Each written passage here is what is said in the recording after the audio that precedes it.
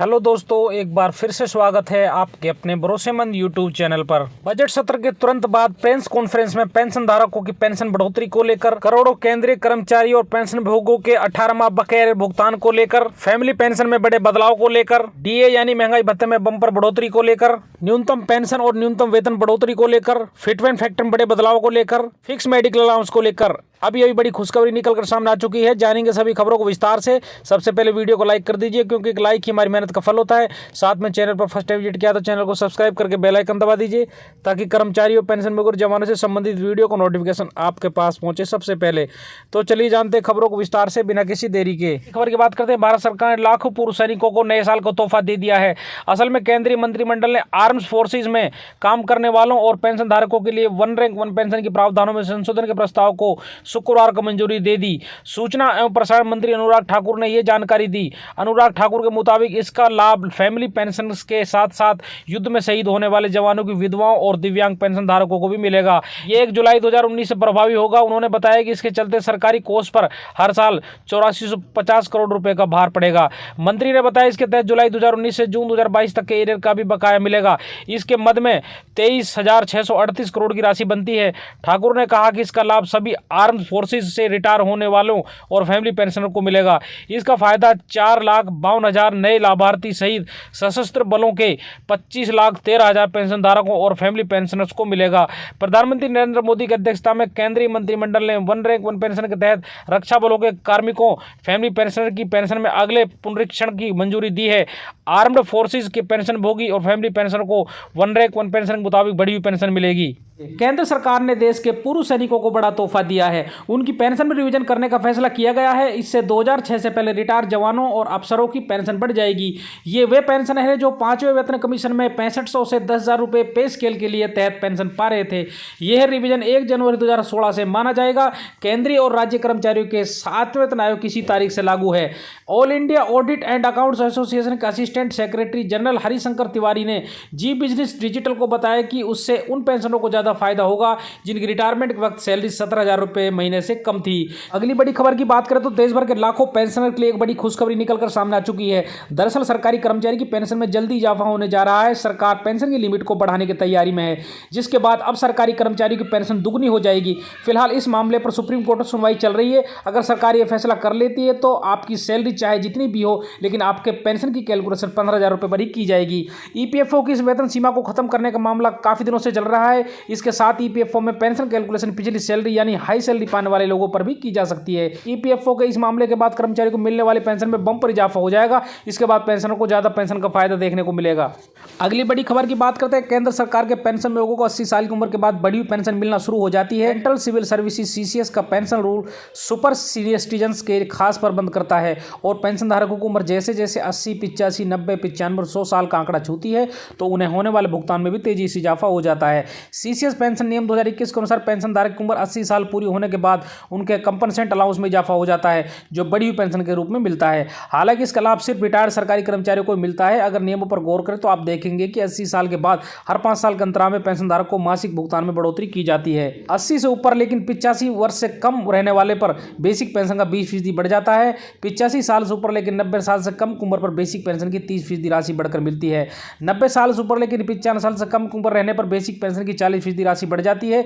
95 साल से ऊपर लेकिन 100 साल से नीचे की उम्र रहने पर पेंशनधारक को बेसिक सैलरी की 50% राशि बढ़ जाती है। 100 साल से ज्यादा की उम्र होने पर पेंशनधारक अपनी बेसिक का 100% अतिरिक्त पेंशन पाने का हकदार होता है। केंद्रीय कर्मचारी और पेंशनर के लिए गुड न्यूज़ है। महंगाई भत्ते में एक बार फिर इजाफा होने वाला है।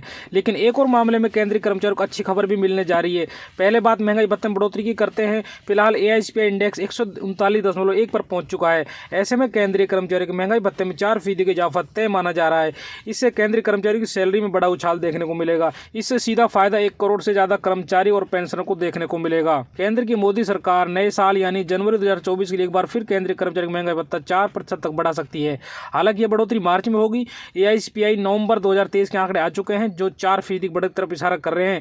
अगर महंगाई भत्ता 4% बढ़ा तो 50% के पार पहुंच जाएगा।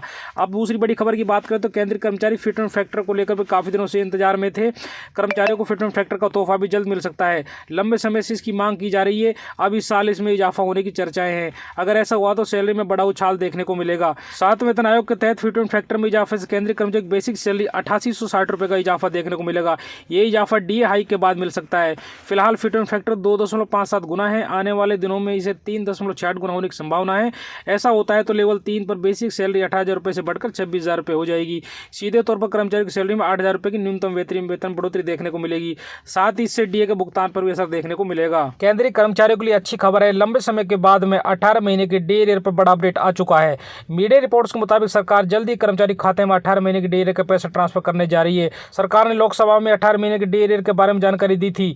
सरकार ने बताया कि कोरोना महामारी के दौरान कर्मचारी को रोके गए महंगाई भत्ते से सरकार को 34,402 करोड़ रुपए का फायदा हुआ है। 48 लाख ज्यादा केंद्रीय कर्मचारी और 68 लाख ज्यादा पेंशनरों को जल्दी DA एरियर का पैसा मिल सकता है। बता दें सरकार की तरफ से अभी तक DA एरियर को लेकर कोई सहमति नहीं बनी है, लेकिन उम्मीद जताई जा रही है कि आगामी लोकसभा चुनाव को देखते हुए सरकार 18 महीने के DA एरियर का फैसला ले सकती है। सरकार ने महंगाई भत्ते की 3 किस्तें रोक दी थी। साल 2021 में इसे जून महीने में बहाल कर दिया गया था। हाल ही में केंद्र सरकार ने कर्मचारी DA में इजाफा किया था। सरकार ने महंगाई भत्ते में 4% इजाफा किया है, जिसके बाद से कर्मचारियों को 42% के बाद DA बढ़कर 40% हो गया था। अब दोबारा से कर्मचारियों को जनवरी 2024 से DA बढ़ोतरी की खबरी मिल सकती है। केंद्रीय कर्मचारी लगातार मांग करते रहे थे कि 18 माह एरियर उनका हक है जो उन्हें हर हाल में मिलना चाहिए और उसका पैसा रोकना नहीं चाहिए। एरियर की डिमांड को लेकर कर्मचारी ने कोर्ट में भी अपील की थी। इस पर सुप्रीम कोर्ट ने सरकार को यह कहकर विचार करने के लिए कहा था कि यह कर्मचारियों का हक है, इसे फ्रीज किया जा सकता है लेकिन रोका नहीं जा सकता। आगे बात करते हैं केंद्रीय कर्मचारियों को नए साल की पहली 6 माही यानी जनवरी जून की अवधि के लिए महंगाई भत्ते का इंतजार है। इसी बीच पश्चिम बंगाल की सरकार ने 1 जनवरी 2024 से अपने कर्मचारी के भत्ते को बढ़ा दिया है।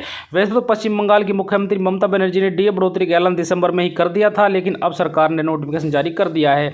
दिसंबर महीने मुख्यमंत्री ममता बनर्जी ने कहा था कि मैं घोषणा करती हूं कि राज्य सरकार के सभी 14 लाख कर्मचारी, सभी कॉलेजों, स्कूलों और विश्वविद्यालयों के शिक्षण और गैर शिक्षण कर्मचारियों, सभी प्राइवेट और सरकारी उपक्रमों के कर्मियों और पेंशन भोगियों का DA 4% बढ़ाया जाएगा। ममता बनर्जी ने कहा था कि DA बढ़ोतरी के लिए उनकी सरकार को 2400 करोड़ रुपए का अतिरिक्त खर्च वहन करना होगा।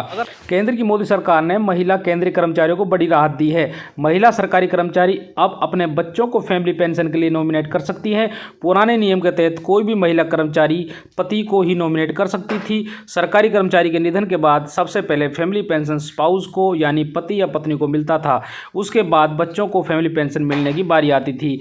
कार्मिक लोक शिकायत एवं पेंशन मंत्रालय ने बताया कि CCS रूल्स 2021 के नियम 50 के सब रूल 9 के मौजूदा प्रावधान के मुताबिक यदि किसी मृत सरकारी कर्मचारी पेंशन भोगी के पति पत्नी परिवार में है तो पहले पति या पत्नी को पारिवारिक पेंशन दी जाती थी। मृतक सरकारी कर्मचारी पेंशन भोगी के पति या पत्नी पारिवारिक पेंशन के लिए अपात्र होंगे। देश के सरकारी बैंक के कर्मचारी और पेंशनरों के लिए एक बड़ी खुशखबरी सामने आई है। 1 नवंबर 2022 से पेंडिंग सैलरी बढ़ोतरी मांग पर सहमति बन चुकी है, जिसका मतलब अब सरकारी बैंक के कर्मचारियों की सैलरी बढ़ सकती है। इंडियन बैंक एसोसिएशन और यूनियन 5 सालों के लिए 17% सैलरी रिविजन करने पर सहमत हुए हैं। वेतन बढ़ोतरी को लेकर MOU साइन किए हुए हैं, जिसके तहत कहा गया है कि 1 नवंबर 2022 से 17% वेतन बढ़ोतरी लागू की जाएगी। इसमें बेसिक सैलरी पर 3% महंगाई भत्ते का लाभ जोड़ा जाएगा। साथ ही समझौते के दौरान पेंशन संशोधन पर भी सहमति जताई गई है। वहीं एसोसिएशन ने बैंकों में 5 दिन काम को लेकर भी सहमति जताई है।